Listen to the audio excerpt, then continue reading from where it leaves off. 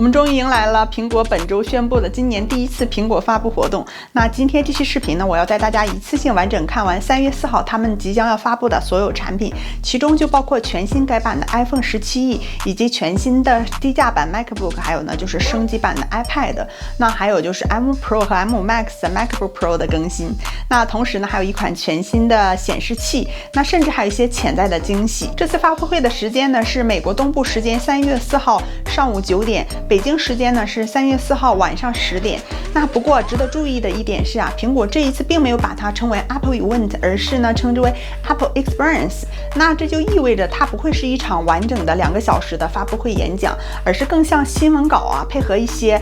简短的视频的内容，然后就像去年发布16E那样。那如果喜欢我视频的朋友呢，记得一键三连，感谢大家的支持。说到苹果入门级的 iPhone 呢 ，iPhone 17E将会是3月最先亮相的新产品。那据说呢，这一次它的升级幅度呢比我们最初预期的还要大，因为苹果呢将会从 iPhone 14的机身设计升级到 iPhone 15的外壳，那带来的呢就是更圆润、更舒适的边缘设计。最重要一点是它的顶部将会采用灵动岛，而不再会是刘海。那这让 iPhone 17呢在外观上与整个 iPhone 17系列呢会更加的统一。不过遗憾的是，屏幕尺寸依旧是 6.1 英寸，刷新率呢仍然还是60赫兹的 OLED 面板。那今年依然不会给入门款加入120赫兹的 ProMotion 高刷。不过好消息是有爆料称呢，苹果将为它配备更好的前置摄像头，也就是与其他 iPhone 17机型相同的1800万像素的 Center Stage 的摄像头。相比此前1200万像素呢，在自拍照片和视频方面呢，肯定会有明显的提升。从苹果的角度来看，最大的升级其实是内部的芯片，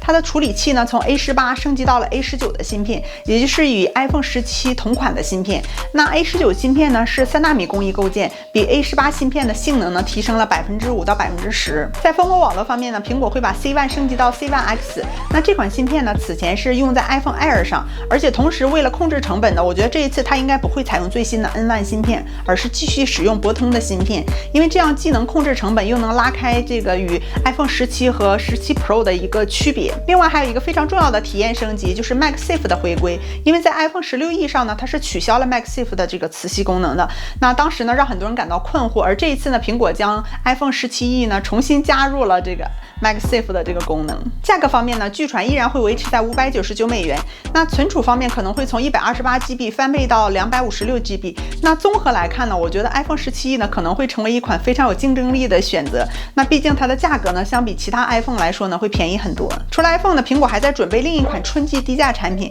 有消息称呢 ，MacBook SE 呢将在3月发布。这是一款全新的超低价的 MacBook， 而且呢，它的售价预计在600到700美元之间。它将会采用更加年轻活泼的配色设计。那传闻它的颜色呢，包括浅绿色、蓝色和黄色，而这些颜色恰好出现在本次邀请函苹果的这个 logo 上面。那其实苹果一向喜欢在邀请函上呢暗示新品，那所以这一次基本就等于确认了这些低价款的 MacBook 的即将到来。那这一款青春版的 MacBook， 它的尺寸呢将会是12.9 英寸，也是我们苹果多年未见的小尺寸 MacBook。第二个就是它处理器，它不会搭载 M 系列芯片，而是采用 iPhone 16 Pro 上的 A18 Pro 芯片。那听起来像降级，但其实并非如此，因为相比 M1 的 A18 Pro 的芯片呢，它是采用更新的3纳米工艺，而且它的单核性能更强，图形性能呢也会略好一些。那因此呢，这款700美元以下的 MacBook 呢，可能会成为苹果历史上性价比最高的产品之一。那在接下来还有3月份前后呢，会推出其他的 MacBook Pro 的更新，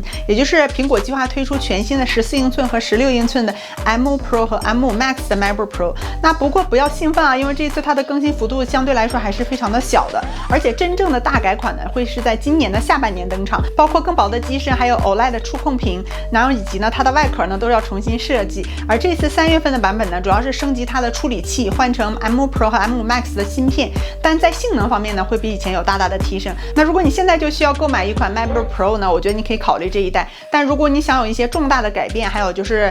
希望等到这个 OLED 的触控屏，那我觉得可以再继续等一等，因为它可能会出现在今年的下半年，或者是最迟到明年的年初。那与此同时呢，新款 MacBook Air 呢也即将到来。这次基本的规格的升级就是把 M4 换成了 M5， 而且它的外观设计呢基本是保持不变的。不过由于 M5 芯片呢更加的高效，而且在 SSD 速度上呢可能会翻倍，续航的时间呢这次有望突破18小时。那因此呢，这个虽然不算是非常激动人心，但仍然是一个非常不错的升级。那同时苹果还准备发布 Studio Display 2，这是一个入门级的显示器的更新版本。那最初它的传闻称称呢会支持120赫兹的 ProMotion， 但现在有2个独立消息源显示啊，它可能会采用90赫兹的刷新率。其实它的原因并非为了省钱，而是技术限制。因为 5K 分辨率呢，在120赫兹下呢，对带宽的要求是非常高的。因为即便配备了 A19 Pro 的芯片，也有可能无法同时驱动高刷新率与外设的接口。因此，苹果选择了90赫兹这个折中方案呢，虽然达不到120赫兹，但相比目前的这个60赫兹的刷新率，仍然是明显的提升。